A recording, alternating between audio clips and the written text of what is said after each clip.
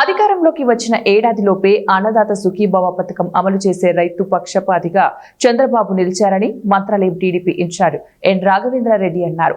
రైతులకు అన్నదాత సుఖీభవ డబ్బులు జమ కావడంతో మంత్రాలయం నియోజకవర్గంలో 4 మండలాల రైతులతో కలిసి కర్నూలు జిల్లా పెదకడుబూరులో 100 ట్రాక్టర్లతో ర్యాలీ నిర్వహించారు.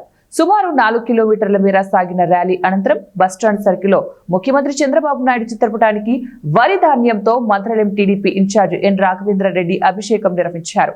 అనంతరం ఆయన మాట్లాడుతూ రైతుల సంతోషం కోసం చంద్రబాబు నాయుడు అనేక సంక్షేమ పథకాలు అమలు చేస్తున్నారని, ఏడాదిలోపే సూపర్ 6 పథకాల్లో 80% అమలు చేశారన్నారు. ఆగస్టు 15వ తారీఖున మహిళలకు ఉచిత బస్సు కూడా అమలు చేస్తున్నామని తెలిపారు. వైసీపీ నాయకులు కూటమి చేస్తున్న అభివృద్ధి సంక్షేమాన్ని ఓర్వలేకే అసత్య ప్రచారాలు చేస్తున్నారని వారు విమర్శించారు. రూపాయలు పింఛన్ ఇస్తానని చెప్పి మాట ఇచ్చాడు.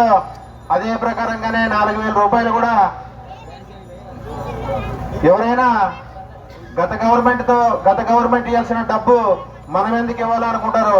ఆ డబ్బులు కూడా కలిపి 7,000 రూపాయలు కూడా మన ముఖ్యమంత్రి గారు ఒకటేసారి 3 విడతలుగా మొదటి విడతగా 7,000 రూపాయలు కూడా మనకు అకౌంట్ లో కూడా వేయడం జరిగింది.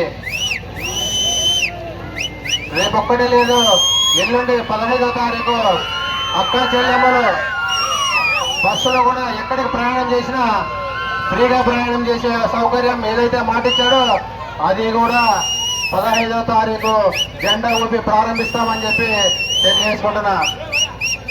గతంలో